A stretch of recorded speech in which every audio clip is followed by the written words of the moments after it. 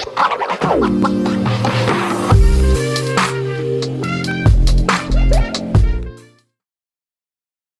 hello, and welcome back to another podcast episode with Brittney Bundles. You are listening to the Brittney Bundles podcast, where we empower people through entrepreneurship. And I want to start off by saying Happy New Year to everyone out there. I hope that you all had a great New Year. I hope that you all are in a great space, and I hope that you're ready for today's podcast episode. So, without further ado, I'm going to go ahead and go over what we're going to be talking about today. And what I want to talk about today is I want to talk about all of the lessons that we've learned from last year and the years prior, and some of the things that we know better now, and how we're going to move into this new year with the lessons that we have learned. What's going to be different? I'm not someone that really loves the idea of New Year resolutions, because I feel like any day can be your day to a new start. You don't need a new year or a specific date or a specific time marker to become a better version of yourself, to strengthen any area of your life. But I do feel that it is a good marker if you wanted to use a specific date or time stamp for a certain change to go on. Now, again, I don't really subscribe to the idea of having to wait until New Year to have a resolution. However, to each his own. But I do want to talk about, like I said, some of the lessons that we have learned and what we're going to do moving forward so that we are progressing. That's what we're about. We want to continue to progress. We want to continue to be better. So this podcast episode is titled New Year, Know Better. New Year, know better. I do want to invite you all to share the podcast. Let's go ahead and share it. Share it with a family member, with a friend. Share it on your social media. Share it via text message and email. Just share it any way that you can. Get the message out there. If you want to be a guest, stay tuned to the end of the podcast. I will share information on how to do that. I'm going to go ahead and give you all a moment to share the podcast, and I'll be back with you all very soon.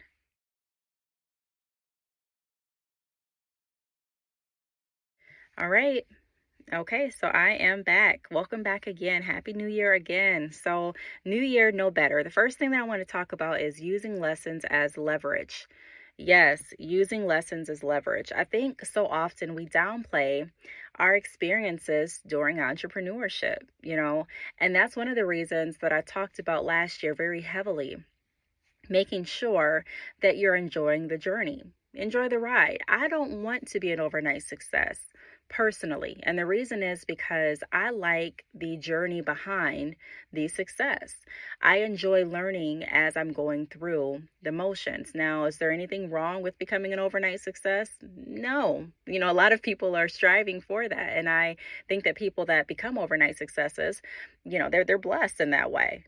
They were able to get their goals or accomplish their goals, and make the amount of money that they were wanting to make, or whatever their definition of success. People measure it by money sometimes. Sometimes people measure it by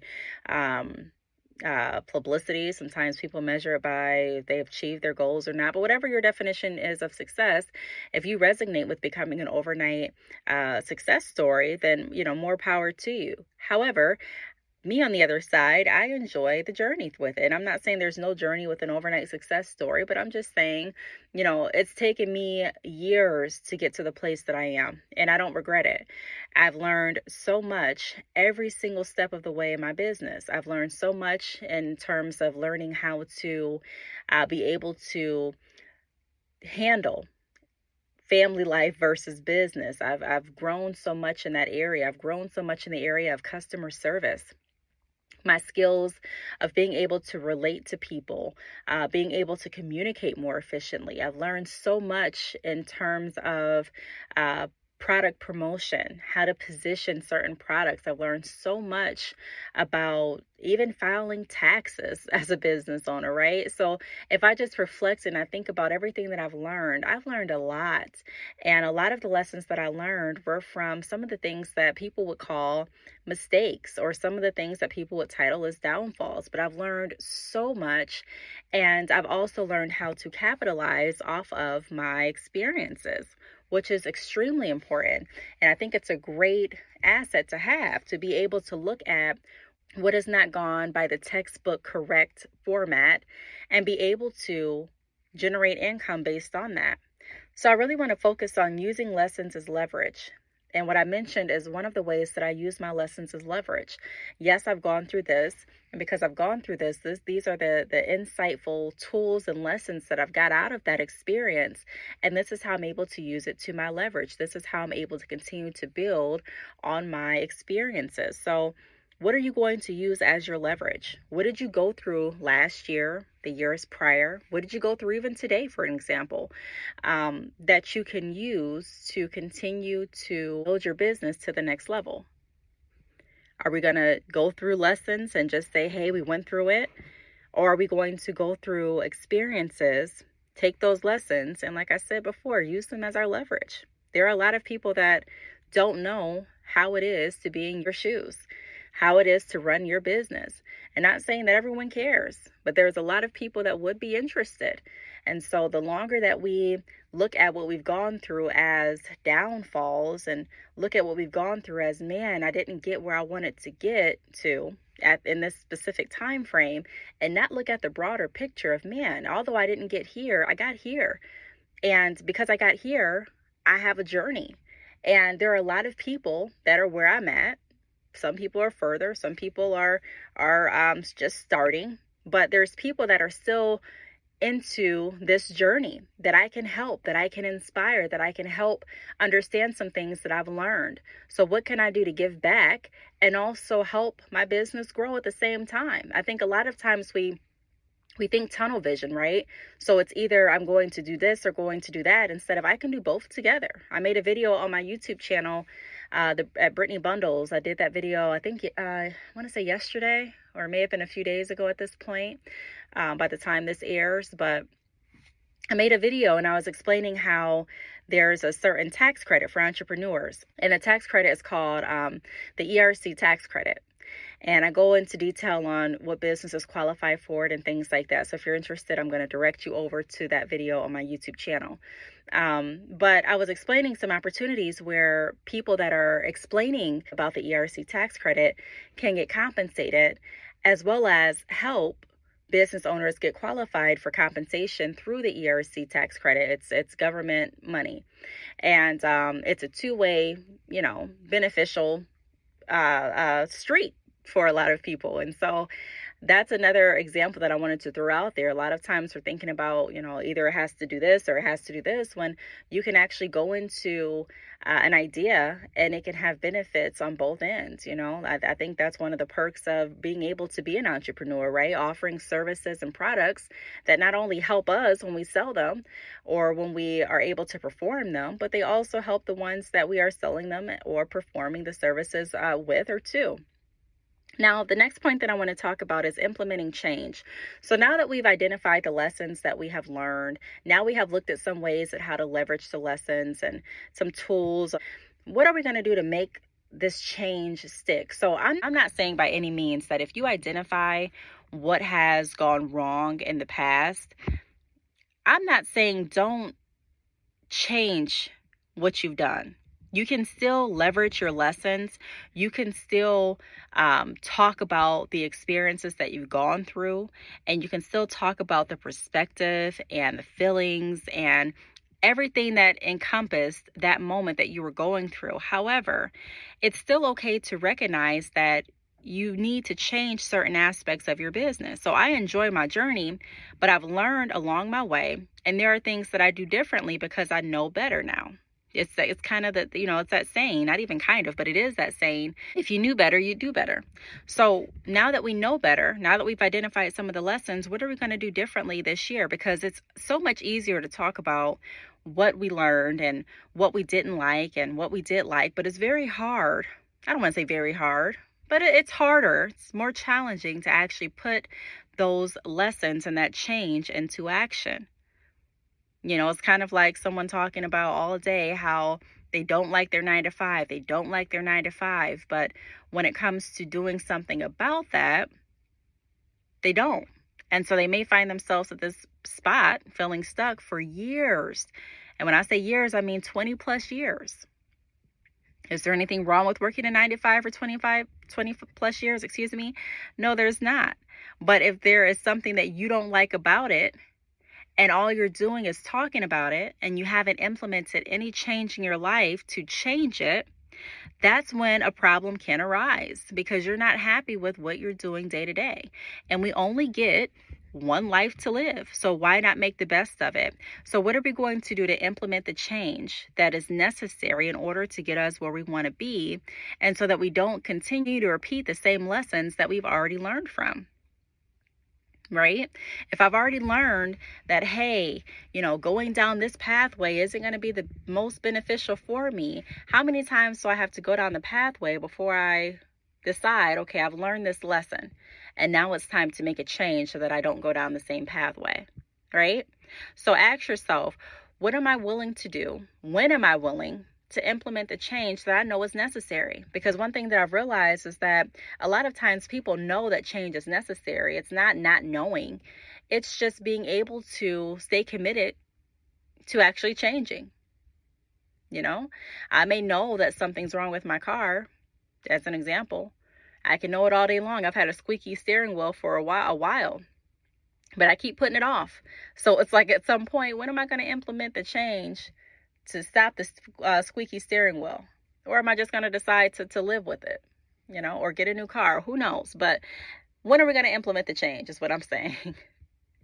Now, the third point that I want to talk about is accountability. So, new year, know better. How are we going to keep ourselves accountable? Okay, so now we've identified some of the lessons. I hope that you have at least identified some of the lessons. I know I have for myself, that we can use as leverage. We've identified some ways that we can use the lessons as leverage. We've also identified how we can implement. I hope, this is all hoping. I'm hoping that you're following along with me, and that you're using these tips and applying them to your business life. But if you're like me, then you've already identified what type of changes you're going to implement so that you don't continue to learn the same lessons or relearn the same lessons over and over. But now we're at the point of accountability. So who's going to keep us accountable? Because a lot of times, if we don't have that accountability at our forefront, we don't really feel like we have to continue on with the change. So even if you don't have an accountability partner, making sure that you're being accountable to yourself. So making sure that you have to answer to yourself at the end of the month, if that helps you. So at the end of the month, asking yourself, hey, did this get done? Hey, did we do these changes? Hey, did we do this? Did we do that? Setting reminders on your phone if you have to. If you have to get an accountability partner, or if you want to get an accountability partner, I think that's a great idea. But just making sure that you have something set in place where you can hold yourself accountable.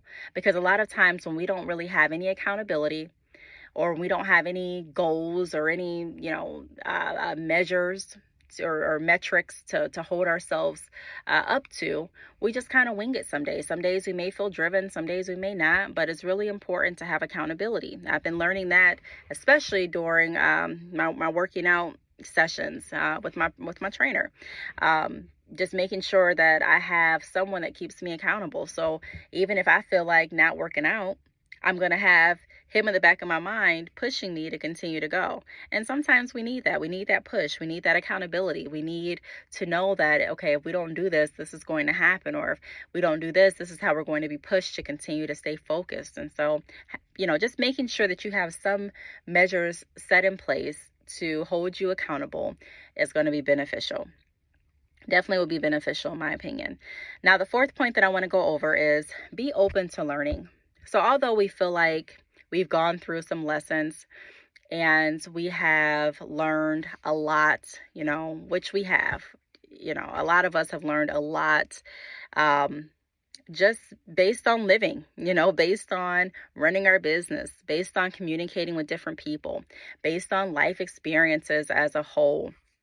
And so now that we've learned some things, I don't want us to get to a place where we're closed off to learning. Because sometimes the more you go through, you may start to feel like you just know what to expect. Like, I've gone through this before, so I already know what this is going to look like. Now, to an extent, like I mentioned before, we don't want to continue to relearn the same lessons that we already have learned from. But that doesn't mean that we can't learn new lessons. So instead of saying, you know what, I'm not going to do this because I'm looking back at another lesson that I learned, and because I was right about this, and because I learned this, that means I know everything. We don't want to adapt that mentality.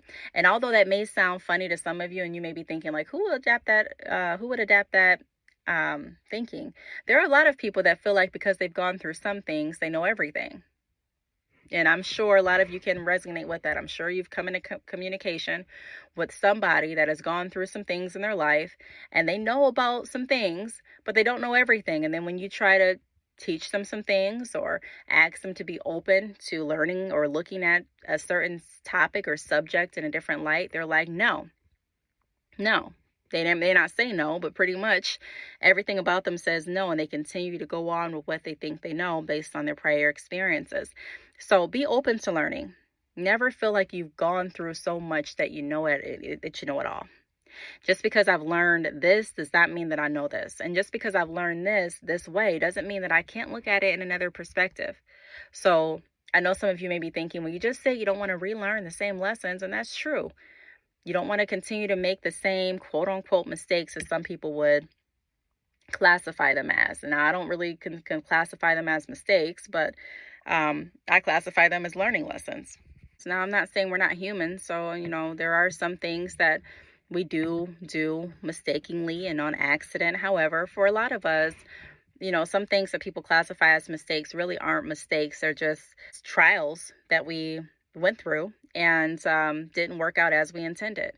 And the society is so driven on doing everything right and kind of being perfect to an extent that a lot of people don't really look at the beauty in the journey. It's just about how fast can I get to my level of success. And again, there's nothing wrong with wanting to be successful. That's what we're all striving for, right? But there's also nothing wrong with stopping and smelling the roses on your way there. So be open to learning. Be open to looking at different perspectives. Be open to hearing other people's ideas. Be open to the idea of just being open. The last thing that I want to talk about before I go ahead and wrap this up is identifying personal motivators. So in order for all of this to come together, a lot of times we have to be motivated. We have to have some drive behind us that pushes us to want to do better, that pushes us to want this success, that pushes us to want our business to grow. What is motivating you? And really think about that. Like really take time to don't just say, hey, it's motivating me.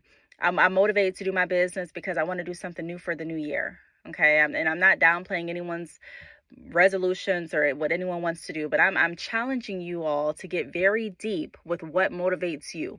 Very personal, very, very personal. You don't have to share it with anyone, but what is motivating you to want to become your best? What is it?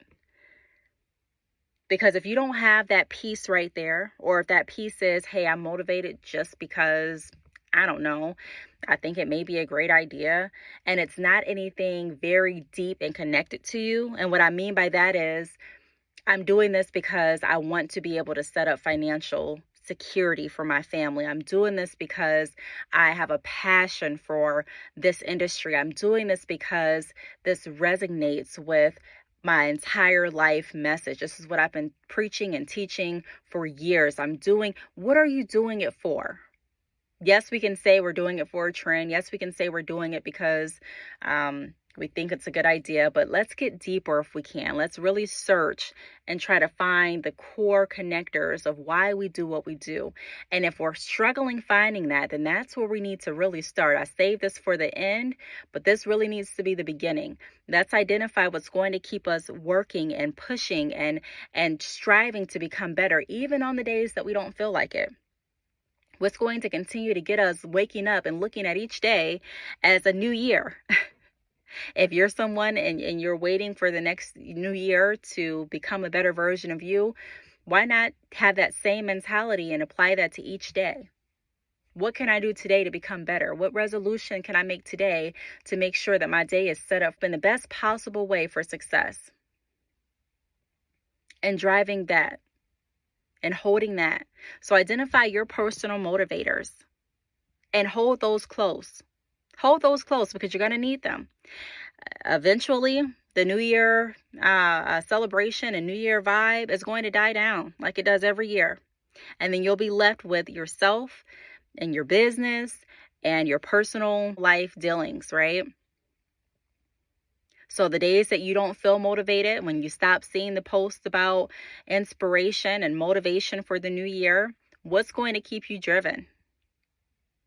So think about that, and let's continue to make this not just a great year, but let's just make this a great experience altogether